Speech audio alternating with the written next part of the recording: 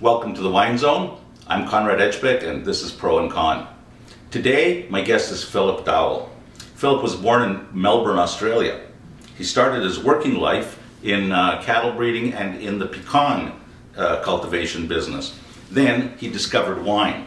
Philip has worked at Domaine Chandon Australia, and he has been the senior winemaker at Coldstream Hills, which is one of the top wineries of Australia. He came to Canada in 1998 to lead the winemaking team at Inniskillin, and has since become Vice President of Production at Angels Gate, which is on the beautiful Beamsville Bench of the Niagara Peninsula, and that's in Ontario, Canada. Welcome to the show, Philip. Thank you, Konrad. So you say pecan or pecan? Pecan, it was a business started by an American in Australia, and he put me right on the correct pronunciation. Pecan. So we'll have to teach Emerald how to say it right. Now tell me, was there a eureka moment in your life? Like you were in farming, and how did you get to winemaking? Well, I mean, my interest in wine actually started with my parents. They loved their wine. They would take us to licensed restaurants, and I was very brought up with the notion of food and wine when you go out for dinner.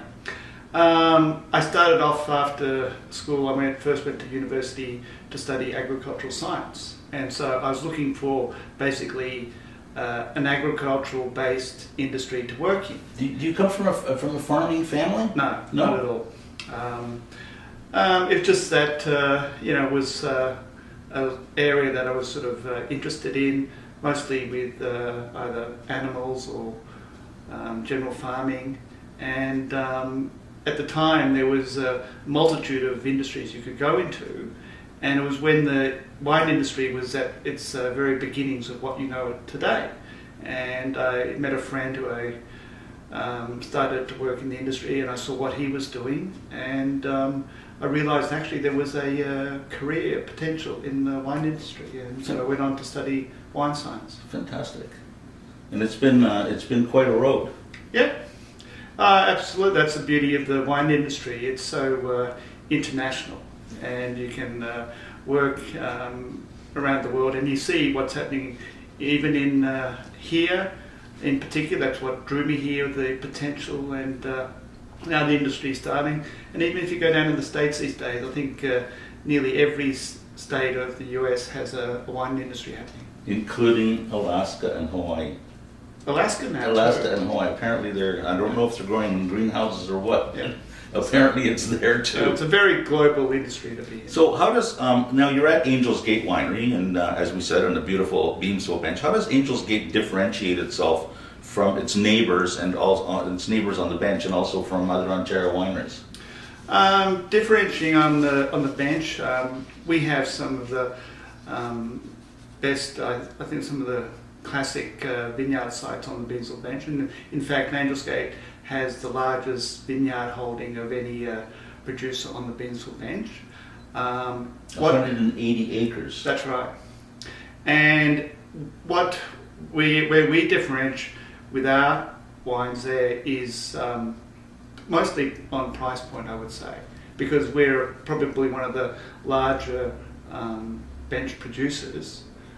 We have the economies of scales where we can be a little bit more competitive with our pricing, but also we have the ability to elevate those products, and that's what we see today with the Merlot and the Mountain View Merlot. Right. That's what we've got here today. We've got two Merlots, and we normally would just taste one wine, but I brought in two today because I thought it was really curious. We're tasting the two, and they're obviously different. The regular Merlot, 2010 Merlot, Niagara Peninsula, is $13.95, and the Mountain View Merlot, which is Beamsville Bench appellation, is $18.95. So if I were a novice, a wine aficionado, but still really know very little, standing in a liquor store and looking at these two bottles, how would I know which one I should go for? How would I know what the differences are and what I should do with them? Well, obviously the difference is going to be the price. Is the first thing. Sure.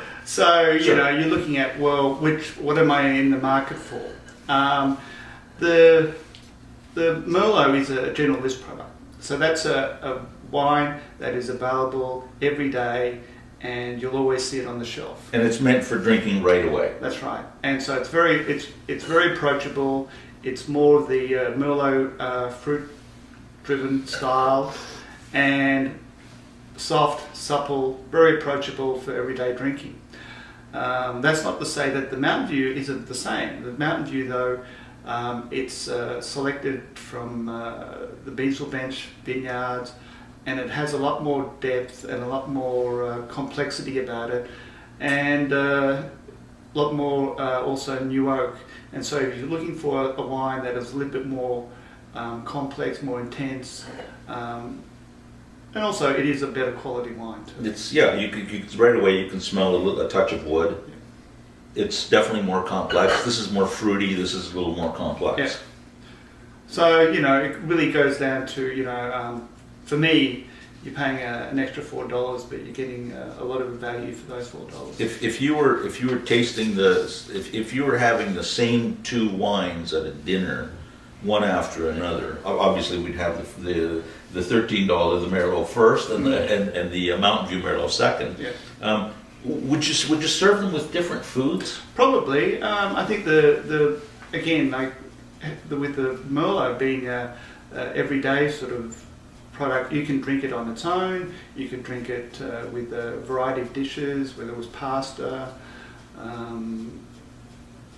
quite a variety of dishes. With the Mountain View Merlot, though, I'd probably be looking at something, a full-bodied meal, whether I was having a steak or With something.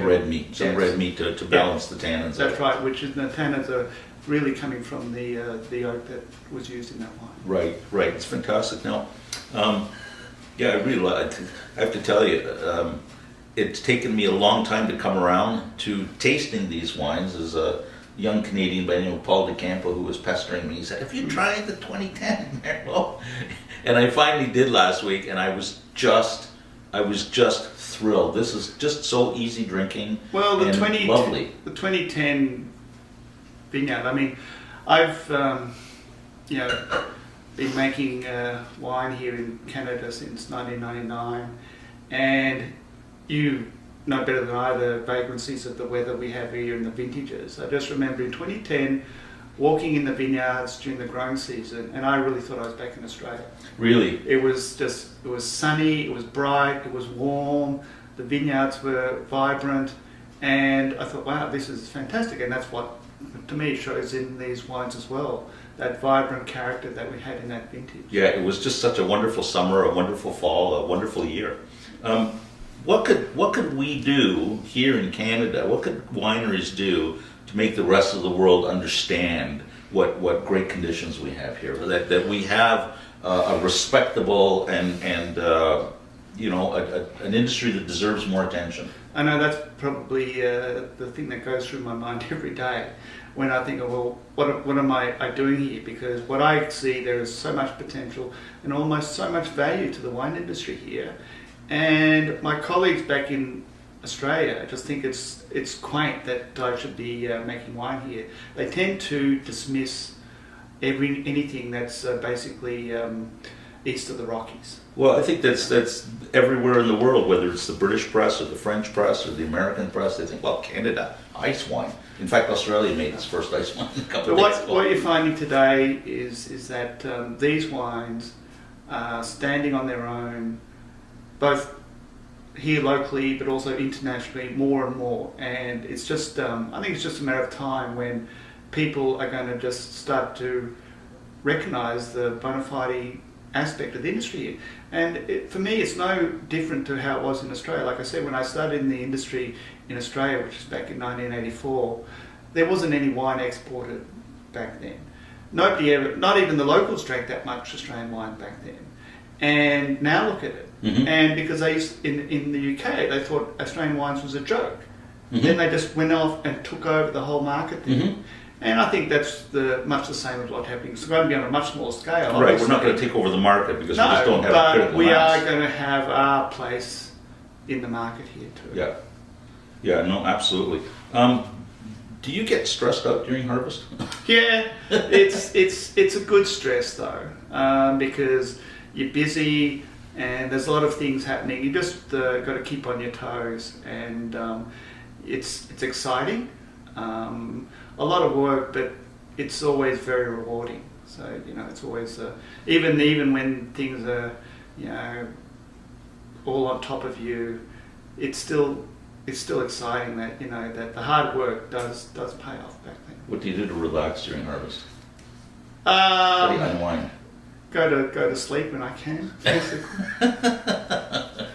A few beers, just try to find a few times just to catch your breath. Sure. Yeah. Sure. It still blows me away, going back to the previous question about Canada in the world. And here you are, a winemaker who's worked with some of the greatest wineries in the world, with Coldstream Hills, with Domaine Chandon, also later on with Cumulus. Mm. These are wineries on a great scale, and you've chosen to work here. And I want everybody in the world to understand that there's a reason why you've done that. Yeah, because there is that potential that is still being reached here. Yeah. And where when I find a lot more potential currently here in Niagara than back in Australia. So. Let's finish on that. That's fantastic. Thank you for coming in and talking. I just wanted to say about the two wines again. Oh yeah. Because again, when they're looking at the Mountain View, because the Mountain View is also with other labels as well, and I use the term Mountain View the same as somebody would use the term reserve. Like when I was with Coldstream, we had our reserve Chardonnay. Right. And the reserve term can be bandied about in different contexts. So I wanted to have a style of wine which is a reserve style, but give it a proprietary name, which is Mountain View. Mountain View. So we have our Mountain View Chardonnay, have a Mountain View Sauvignon Blanc, Mountain View Gewürztraminer. So any wine that for any of the grapes, you've got both the regular and the Mountain View. Not with everything, but when the vintages and the years dictate. So when you see the term Mountain View, that is basically a reserve quality. Okay, now you also have a level that's above that are the vineyard designated wines. Is that not the case? No, not anymore. Not anymore. That was gone. It's just the Mountain View. Top of the line. Top of the line. Top of the line.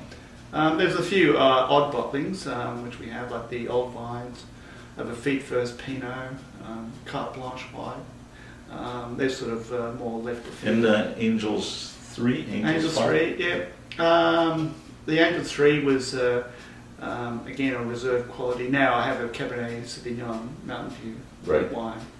And so those products have been in the past. Some of them have evolved into the Mountain View series.